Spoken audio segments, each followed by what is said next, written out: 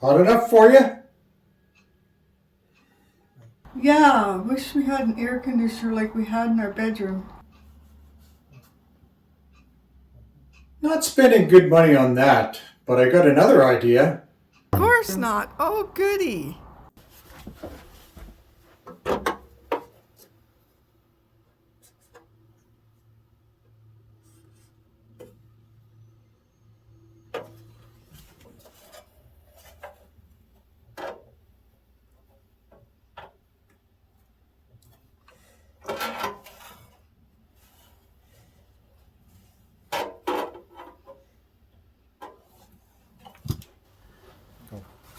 I'm afraid to ask.